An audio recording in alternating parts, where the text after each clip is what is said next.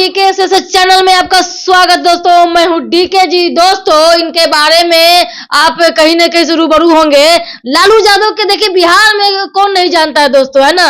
आइए कि वो जो है चाणक्य भी है, राजनीतिक विशेषज्ञ भी है। आइए देखिए अब बिहार में जो है सबसे ज्यादा परसेंटेज जो है यादव समाज का 200 परसेंटेज है। आइए देखिए कि चमकता सितारा जो है लालू यादव के बाद जो देखिए बिहार के हलचल मचाने वाला राजनीतिक विशेषज्ञ ललन यादव जी जो मेरे पास जो है मौजूद है। मेरे चैनल में बहुत बहुत धन्यवाद आपको। चलिए, आपके चैनल का स्वागत है। लालू यादव सामाजिक न्याय के मसीहा रहे हैं, ये इसमें कोई शक नहीं है। विचारधारा की लड़ाई लड़े हैं और बिहार अभी भी कबूल कर रहा है। लेकिन ये तो सच है कि लालू यादव के विचारधारा में बहुत प्रकार के संदमारी हुई है।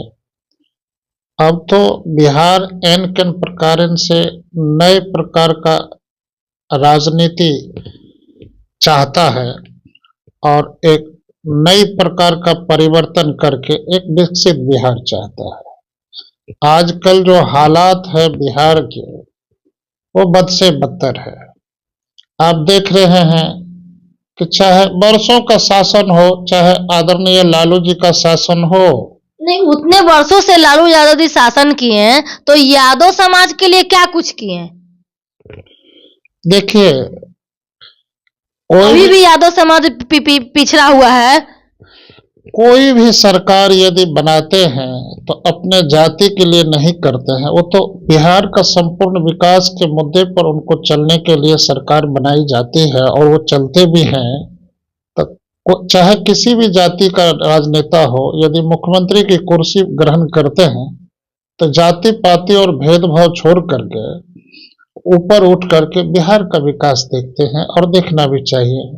लेकिन अब किसी जाति का विकास हो या नहीं हो, हम तो इस मामले में आपके चैनल के को हम इस ध्यान पर लाना चाहेंगे कि आज बिहार में जो हालात है, स्कूलों में जो पढ़ाई लिखाई ठीक ठाक से नहीं होती है।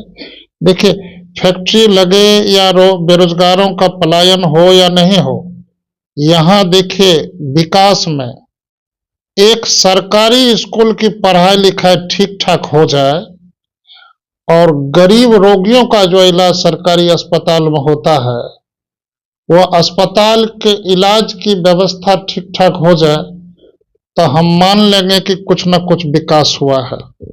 अरे बिहार का हालात तो जर्जर है। बिहार में गरीबों का बुरा हाल है। ठीक है सर, ठीक है, एक मिनट। बुरा हाल है, जर्जर है, ये सब चीजें है। वो तो देख रहे हैं कि बीपीएससी वाले जो है छात्रों पर, छात्र एवं छात्राओं पर जो लाठीचार्ज भी हुआ है, अलग बात है। लेकिन क्या करेंगे आप? सब तो एक ही चेहरा देख रहे हैं, जिधर जाइए, जिधर पलटिए, इधर करिए तो एक ही चेहरा आ रहा है। विकल्प नहीं है। सवाल देखिए पानी का नहीं है, सवाल प्यास का है। सवाल राजनीति का नहीं है, सवाल बिहार के संपूर्ण विकास का है। राजनीति बदनाम हो गई, हे भ्रष्ट नेता तेरे लिए। हम तो आपके सवाल में यह हम प्रयास करना चाहेंगे उत्तर देने के लिए कि आज जो बिना मतलब का बहुत ऐसे लोग हैं, निर्दोष लोग जो बिना मतलब का जेल में हैं, तो बिना मतलब का जेल में कैदी बन के जेल काट रहे हैं, तो उनको निकालने के लिए सरकार क्या कर रही है? हाथ पे हाथ दे करके बैठी है। हम तो आपके चैनल के माध्यम से ये भी मांग करते हैं कि निर्दोष लोगों को फंसा के जेल भेजने वाले पुलिस अफसर को भी सजा मिलनी। यादव ने बिहार में घूम करके ये कहा है कि माय बहन योजना का लाभ हम देंगे, तो हम आम लोगों को याद करा देना चाहते हैं कि मैया योजना तो ठीक है, अब बहन योजना कब तक चलेगी? चूंकि वो तो वह बहन है, ससुराल चल जाएगी, वह भी तो एक दिन मां बन जाएगी। तो हमें लगता है कि इस योजना में भी गड़बड़ झाला है। हाँ, सबसे बड़ी बात है कि माँ बहन का सबसे बड़ा स्नेह भाई में बसता है।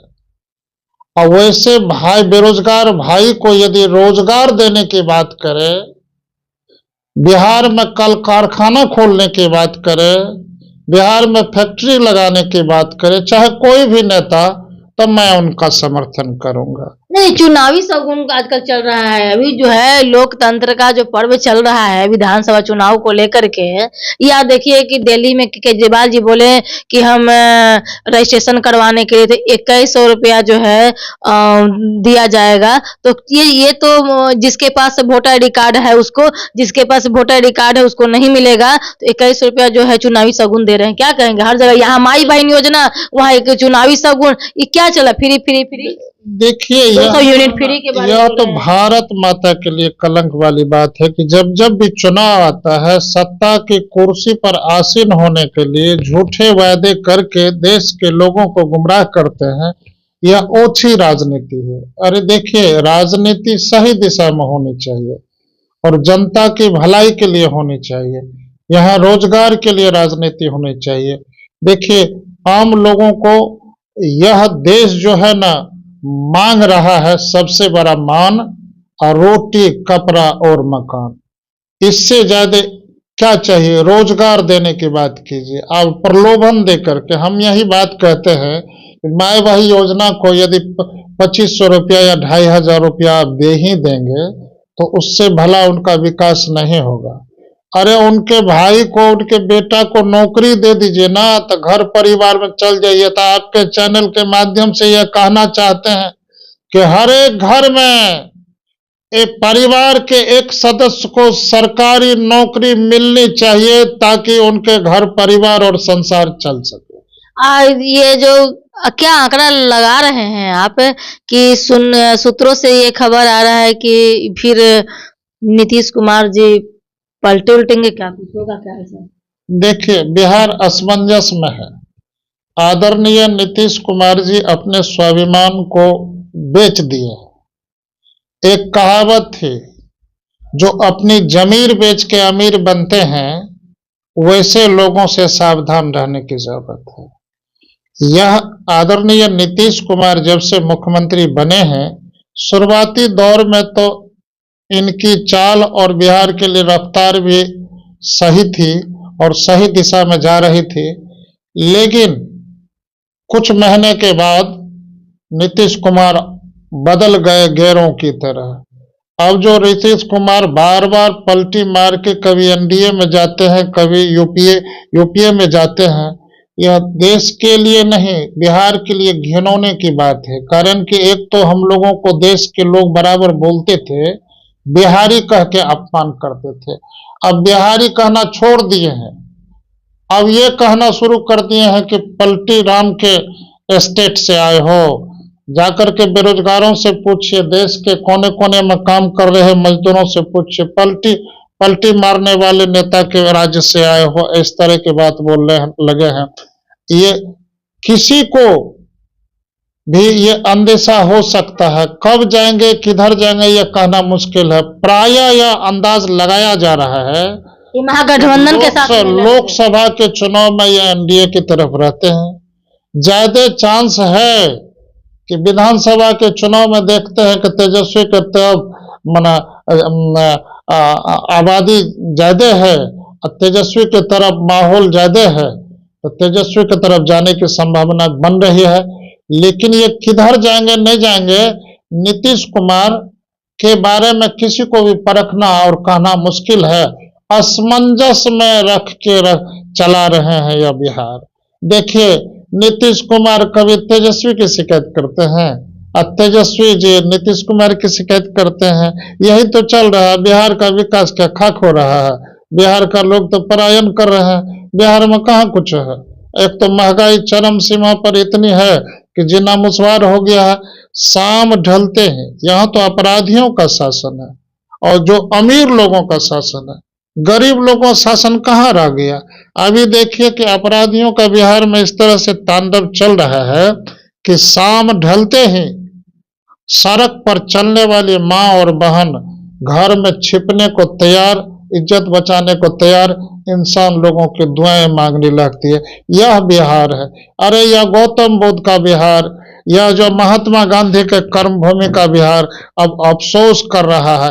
ओछी राजनीतिक करने वाले नेताओं से मुक्ति चाह रहा है और खोल के कह रहा है कि अंग्रेजों से तो मुक्ति मिल गई, अब पलटने वाले नेताओं से, बहुत सारे दल में जाने वाले नेताओं से, अपने गिरेबान को बेच करके फायदा लेने वाले नेताओं से, मलाई खाने वाले नेताओं से और एसी में रह करके चम्मच से रस के ना खाने वाले नेताओं से कब मुक्ति मिलेगी, कब मुक्ति मिलेगी। चलिए बहुत बहुत धन्यवाद दोस्तों। Channel like share comment subscribe कीजिए दोस्तों। फेसबुक पे है तो जरूर से जरूर फॉलो कीजिए।